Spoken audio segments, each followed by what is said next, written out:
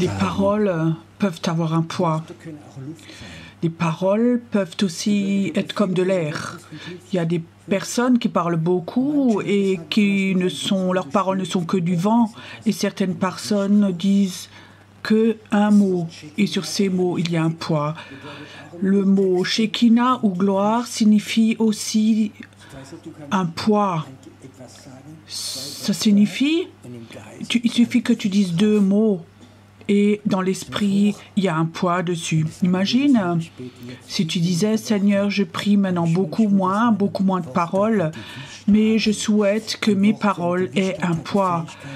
Une parole qui a un poids a la capacité de traverser le monde invisible et aucune force des ténèbres me les freine.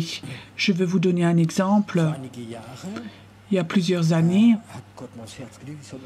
Dieu m'a mis sur le cœur qu'il faut que je vende notre maison pour déménager dans une autre ville. Cette maison, on l'avait facilement vendue et on avait fait un contrat qu'on pouvait encore rester 8 mois jusqu'à ce qu'on trouve la prochaine maison. Et on savait qu'on devait à Lyman. Et après 8 mois, on aurait dû déménager, mais on n'avait pas trouvé de maison. Et on approchait du temps où il fallait déménager. On n'avait toujours pas de maison. Et on avait 4 enfants. Et on serait à la rue alors.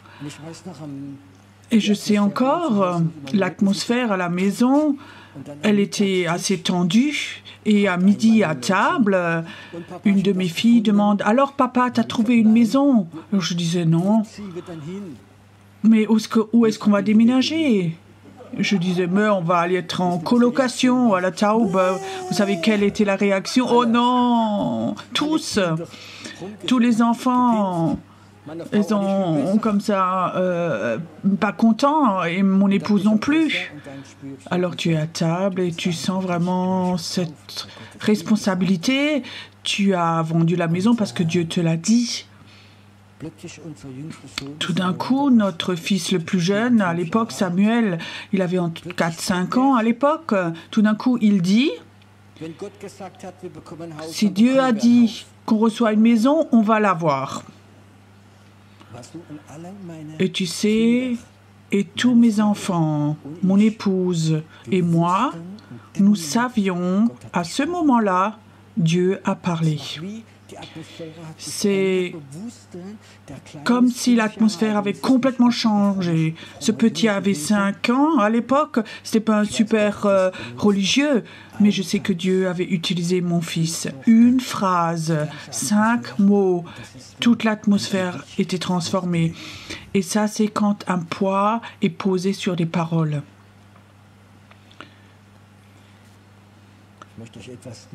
J'aimerais vous partager quelque chose. Je ne sais pas comment le faire vraiment, mais d'abord, est-ce que toi, tu as le souhait que tes paroles aient un poids spirituel quand tu pries? Que tu ne dises que tout simplement, le ciel va s'ouvrir et il s'ouvre et tu le sens. Je crois que Dieu a un désir de donner à ses enfants tout ce dont ils ont besoin. Que pensez-vous? Mais Dieu a un moyen pour nous donner ça. Et un des moyens, c'est de ne plus parler de trop, trop parler. Surtout quand tu pries. Il y en a certains, quand ils prient, ils peuvent prier 5 minutes et dire plein de versets bibliques. Peut-être que Dieu est impressionné, je ne sais pas. Mais moi, je ne suis pas impressionné. Mais tu sens que c'est un bavardage religieux. Et ces phrases qui sont apprises à l'avance, ces prières qu'on a entendues des centaines de fois, que les gens radotent, et tu sens que les gens parlent, mais il n'y a pas de force, de puissance sur leurs paroles. Je crois, le premier point et la chose la plus importante, c'est que tu aies conscience qu'il n'y a pas beaucoup de puissance sur tes paroles et que tu dis, Seigneur, je veux arrêter de parler, mais je veux vraiment de nouveau recevoir de toi, qu'il y ait de nouveau un poids sur mes paroles. Que quand je dise quelque chose, quand je prie, et pour que dans le monde invisible, que ce soit des mots qui traversent, qui aient un poids, je crois que c'est quelque chose que Dieu voudrait nous donner. Il y a aussi des orateurs. Ils ont une capacité, une rhétorique. Ils peuvent tellement parler que parfois tu ne comprends presque plus tout ce qu'ils racontent tellement ils parlent, mais il n'y a pas beaucoup de puissance sur leurs paroles. Quand j'étais nouveau converti, j'ai fait un test qui m'a donné. Il y avait tellement de prédicateurs à la télé, alors j'ai éteint le son à la télé, et alors tu voyais juste avec l'image où la main de Dieu était, sur quel prédicateur. Vous pouvez tester vous-même, éteignez le son quand vous écoutez quelqu'un. Même quand tu enlèves le son et qu'il prie, tu sens qu'une puissance sort. Et ce n'est rien d'autre que Dieu a oint tes paroles. Est-ce que tu as ce désir en toi? L'onction signifie, dans l'Ancien Testament, tu as de l'huile et tu prends l'huile pour oindre quelqu'un, pour la faire couler sur quelqu'un. Je crois que Dieu voudrait avoir une huile comme ça et qu'il voudrait la déverser sur toi pour que tes paroles reçoivent de nouveau de l'autorité, une puissance. Mais Dieu ne voudrait pas que nous mélangions ce qui est pur et impur. Je ne crois pas que quelqu'un commence à prier et radote, et tout d'un coup, la puissance de Dieu vient dessus. Parce que tu es déjà dans un mauvais train, tu es déjà dans ce religieux, dans ce bavardage. Qu'est-ce qui est le plus important? Ce que nous avons entendu avant, Dieu sait déjà ce que tu as besoin. Dieu sait beaucoup plus que toi tu as besoin que toi-même. Qu'est-ce que ça signifie quand toi tu pries? Dieu sait ce dont tu as besoin. Alors ne prie que ce que Dieu voudrait te donner. Premièrement, si tu veux que tes paroles soient ointes quand tu vas dans la prière, la chose la plus importante est écouter, plus important que parler. Il y a une expression que ma maman avait toujours dit à l'époque, parler c'est de l'argent, se taire c'est de l'or. Et ça aussi, c'est dans la prière, c'est important. Quand tu commences à prier, que tu es silencieux et que tu écoutes ce que Dieu a déjà posé dans ton cœur, et tu commences à exprimer que ce que Dieu a mis dans ton cœur, peut-être que ce ne sont que 2, 3 paroles, et ces paroles vont être ointes.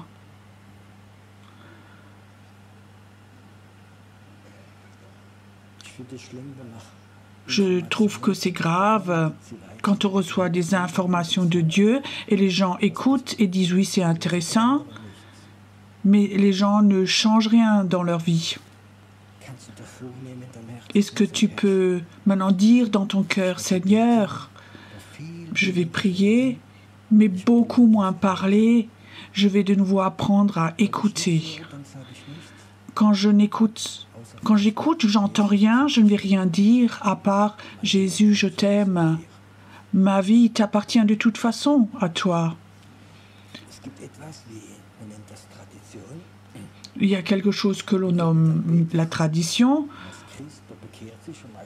Comment est-ce qu'on prie? Quand on se convertit, on va dans les groupes de prière. Alors on ne sait pas comment prier. Alors on entend les autres prier, on essaie de faire pareil. Vous connaissez ça? Tu viens dans les groupes de prière et tu entends les gens qui prient depuis tellement longtemps et ils ont des belles prières et tu essaies de t'écouter. Et ça, ce n'est rien d'autre que de bavarder, de radoter. Et toi, tu essaies de faire pareil. D'être silencieux devant Dieu. C'est une des choses les plus importantes. À l'époque, quand j'étais homme d'affaires, avant d'être pasteur, j'avais des contacts avec des hommes d'affaires et c'était des francs-maçons. Et souvent, on était invités à aller avec. Dieu avait peut-être mené ça, mais j'avais jamais eu le temps d'aller avec. Mais me racontait une fois, il me dit, si tu veux être franc-maçon, il dit, il faut que tu viennes avec. Un an, tu ailles avec, là où il y a ces maîtres qui enseignent. Ils enseignent et pendant un an, tu n'as le droit de poser aucune question. Il faut que tu sois silencieux. Il faut que tu apprennes à écouter. Nous ne voulons pas apprendre des francs-maçons, mais il y a quelque chose là d'important, écouter, cette écoute, d'être silencieux et entendre de nouveau la voix de Dieu. Radoter, tue la voix de Dieu.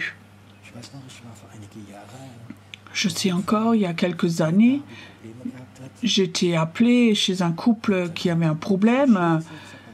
Donc je me suis assis, j'ai écouté, et pendant que j'écoutais ce couple, Dieu me parle.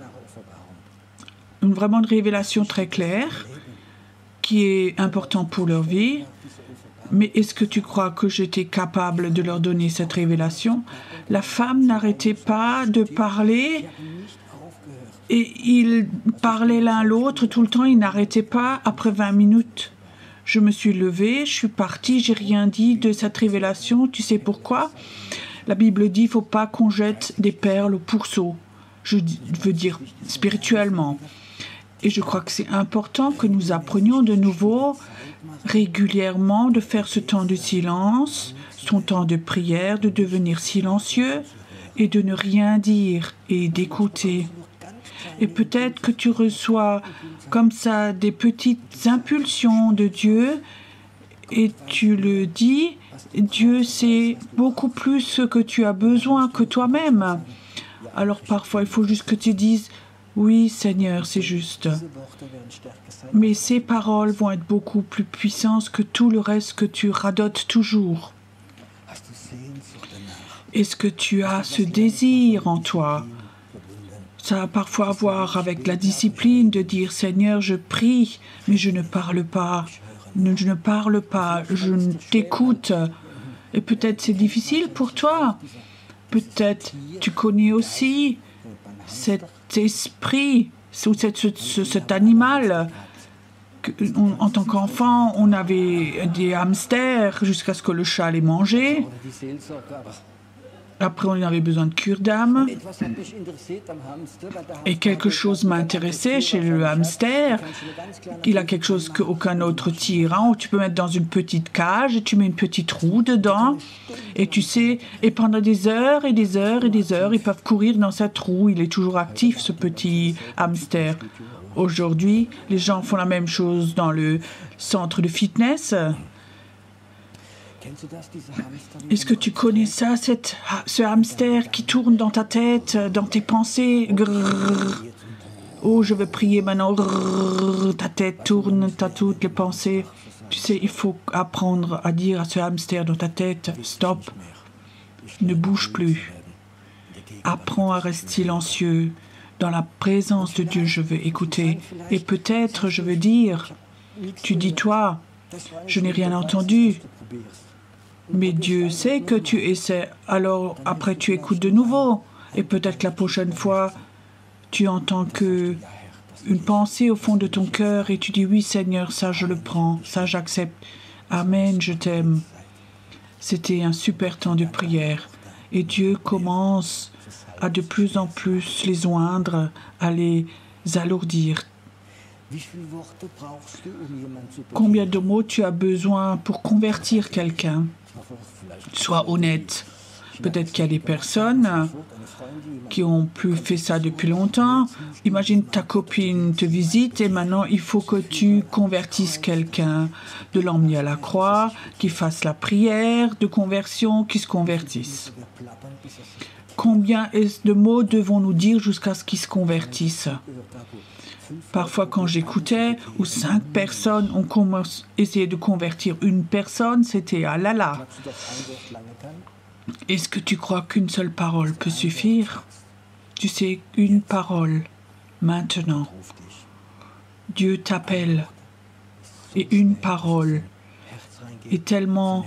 Une parole est si lourde que ça rentre dans son cœur est brisé et ça touche.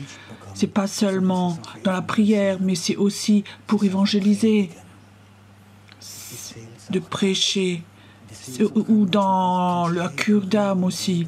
Dans la cure d'âme, parfois tu peux parler, de préférence un mot de Dieu que de parler pendant une demi-heure.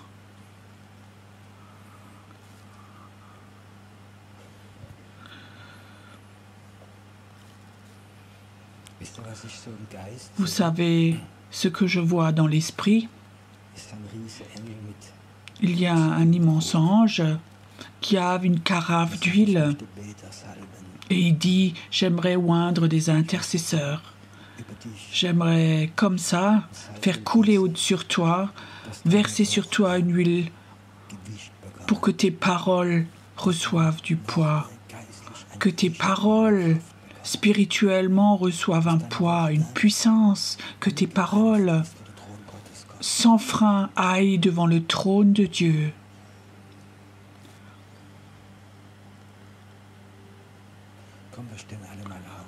Venez, levons-nous tous ensemble, ceux qui le veulent bien.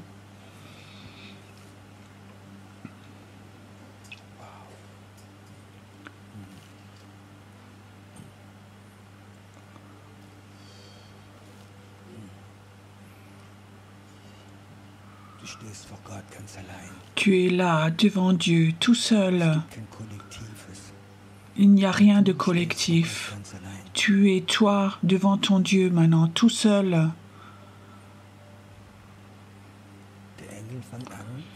L'ange commence maintenant à déverser cette huile sur des personnes maintenant.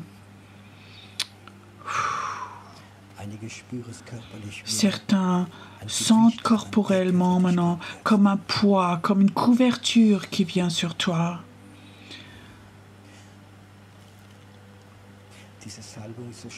Cette onction est tellement forte que ce joug de la peur, cette peur qu'on t'a fait et que pour que tu parles tellement tout le temps, ça te quitte. Souvent tes prières, c'était des prières de peur et tu radotais. Mais la source de la prière, c'était la peur en toi. Et le Seigneur dit maintenant, cette huile brise maintenant ce joug de la peur. Cette peur que Dieu t'a oubliée. Reçois maintenant. Tu peux même sentir, et chez certains sentent que ça les quitte, cette peur d'être oublié, cette peur d'avoir des manques, la peur de ne pas être entendu. Ne pas être assez important pour Dieu, ça vient maintenant, ça vient maintenant. Dieu dit, je t'ai appelé à exprimer des paroles de la vie, à exprimer des paroles de vie qui vont avoir une puissance. Écoute, si tu es là, sois honnête maintenant. Et tu sens que cette main de Dieu est posée sur toi maintenant et que quelque chose t'a quitté. Alors viens devant. Ne viens pas parce que d'autres viennent. Viens devant toi.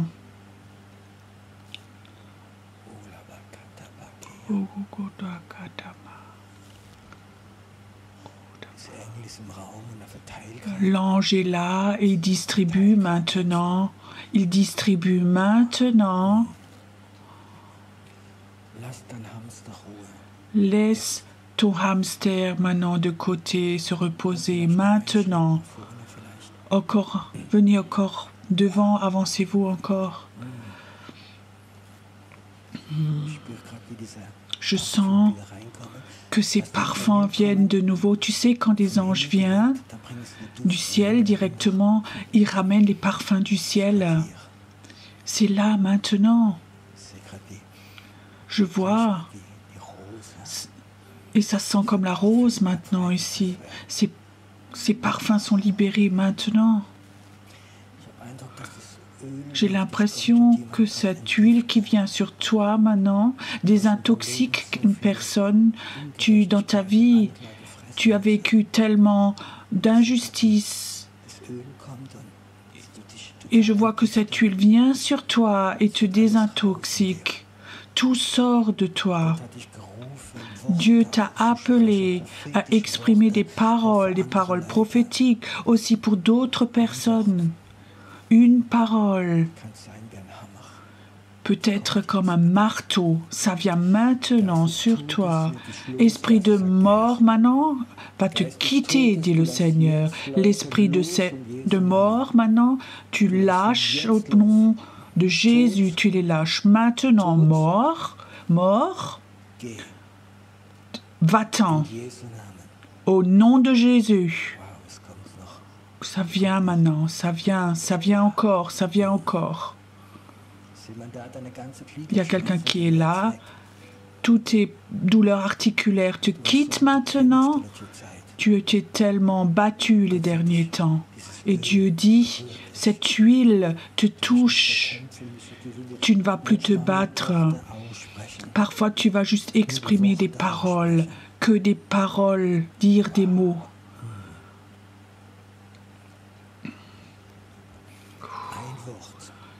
Une parole de ta bouche peut briser un sort, une malédiction qui pendant des années était sous ce joug. Une parole.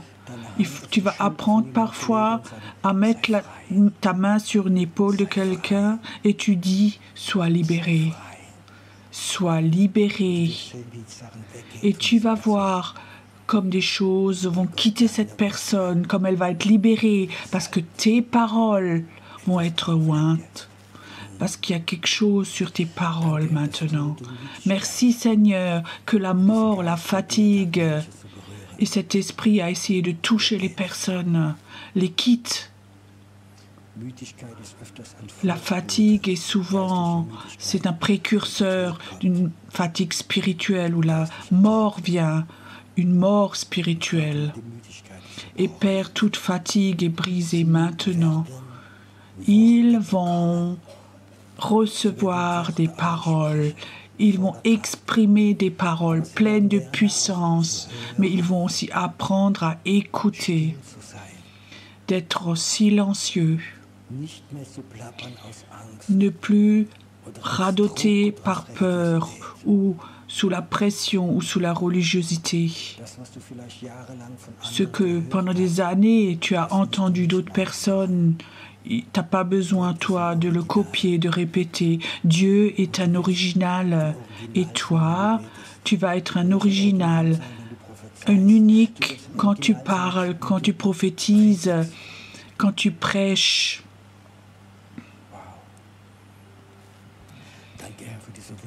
Merci Seigneur pour ces moments merveilleux maintenant. Viens inspirer encore aussi là devant, ça vient, il y a encore quelque chose qui vient. Tu vas aussi le vivre quand tu es chez toi, à la maison, pendant ton temps de silence, de prière. Il y en a certains qui vont vivre, que tu vas voir dans ta salle, dans ta pièce, ça va sentir autrement, un autre parfum va venir. Des parfums vont venir du ciel. Inspire maintenant, c'est là.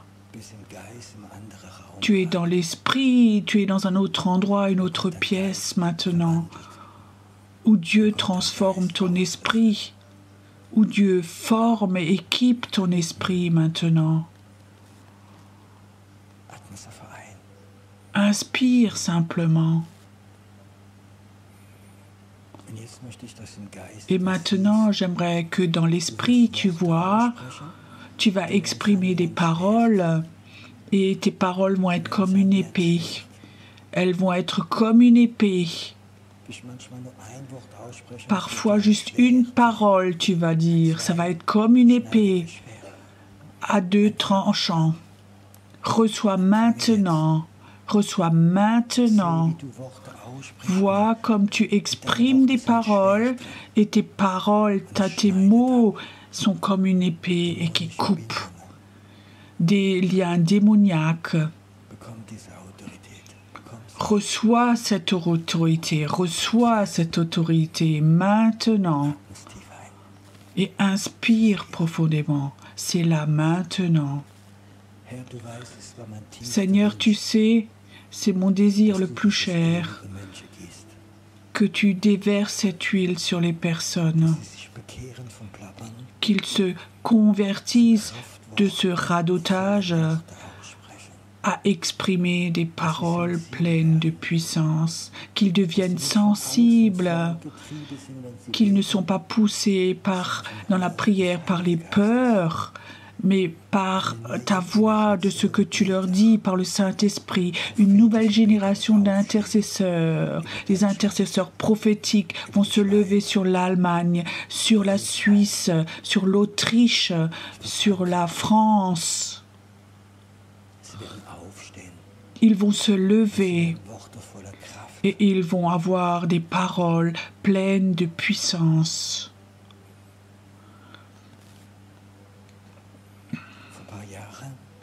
Il y a plusieurs années, Angela Merkel avait exprimé une parole, toute l'Allemagne avait entendu. Et ces paroles étaient « L'islam appartient à l'Allemagne ». Et alors il y avait le ministre de Bayern et lui a dit « Non, l'islam n'appartient pas à l'Allemagne ». Et je peux te dire, ces paroles que lui a exprimées, c'était un homme chrétien. C'était libérateur pour beaucoup de chrétiens. Il y a quelqu'un qui est là, tu as des problèmes d'estomac, de digestion, mets ta main maintenant dessus, sur ton estomac. Père, je prie que maintenant, une guérison totale se fasse maintenant de cet estomac. Une guérison totale. Où l'esprit de peur, de souci avait détruit quelque chose, ça s'arrête. Ça s'arrête maintenant. Ça s'arrête maintenant. Et il y aura un temps aussi de libération toute la semaine, aussi dans la présence de Dieu.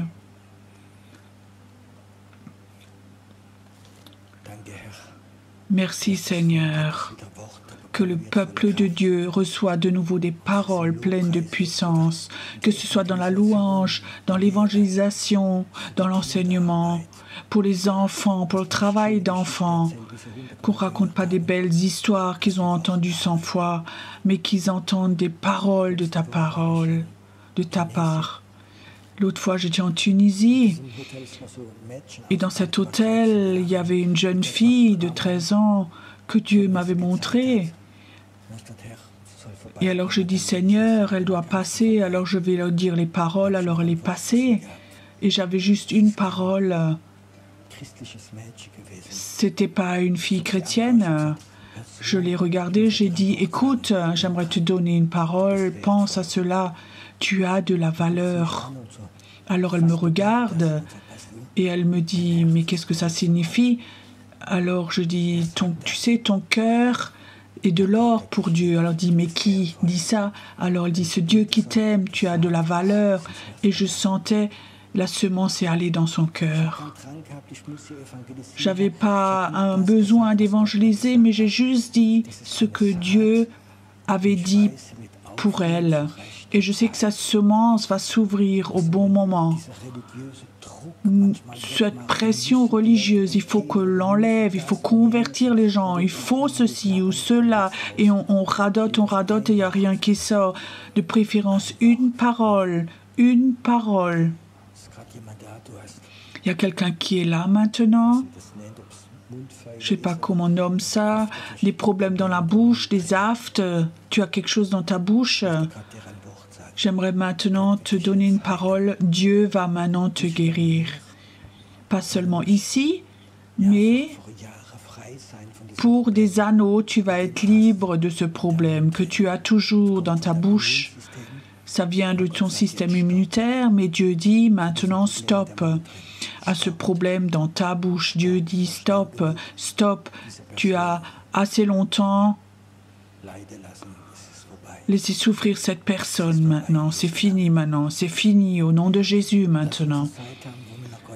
Ayons encore un moment d'adoration maintenant, ou peut-être toi aussi pendant ce temps d'adoration, où tu as un temps où Dieu peut te confirmer quelque chose, où Dieu peut te parler pendant ce temps où nous adorons maintenant.